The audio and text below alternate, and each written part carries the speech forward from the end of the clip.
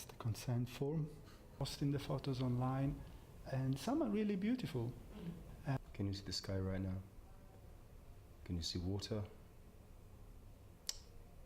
Can you see or hear birds right now?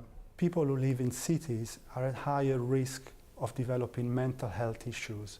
For example, someone who lives in a city is 3 times more likely to develop psychosis than someone who lives in a rural environment.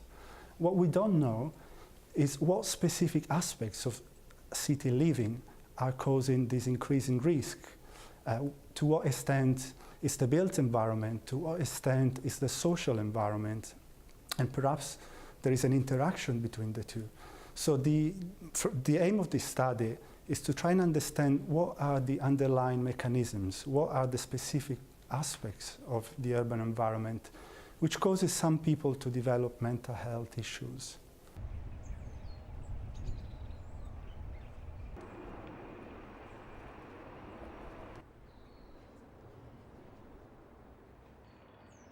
We know that this association between living in a city and developing mental health issues is a causal association.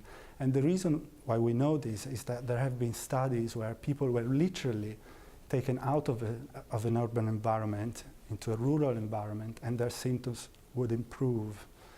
And we also see that the greater the city, the greater the risk. So there is a positive correlation between risk and urbanicity. Family. What are you doing right now? An option, a series of options: exercising, eating. Does it feel overcrowded where you are right now? Does it feel noisy where you are right now? Is another question I'm measuring. Does it feel polluted? Can you see any plants right now? Can you see trees right now?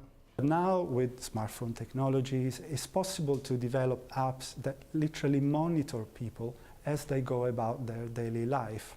So in the case of Urban Mind, which is this app that we have developed, people hear prompts at random times throughout the day, and when they hear these prompts, they have to answer questions about their surrounding environment. For example, can you hear birds? Can you see a tree? Is it noisy? And also questions about how they feel. So people tell us how they feel throughout the day, multiple times, and this gives us a much more accurate measurement.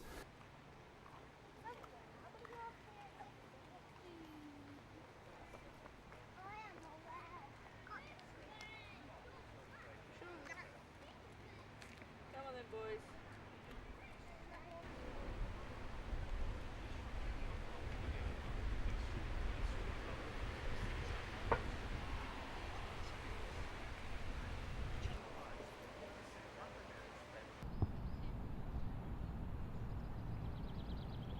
So from this study, which was carried out in healthy people, we think that those who are already experiencing mental health issues would benefit from the increase in mental well-being that comes from exposure to nature.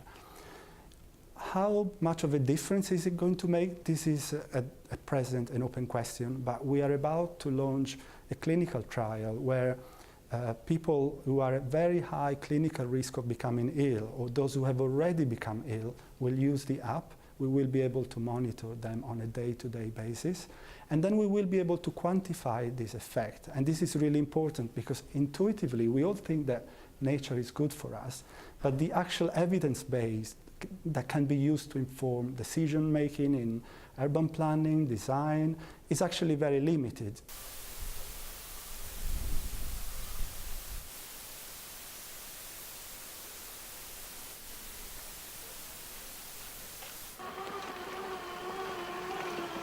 I'm very interested in how people interact with those environments and how we can then adjust these sort of ecosystems to make it healthier for people to pass through or live near.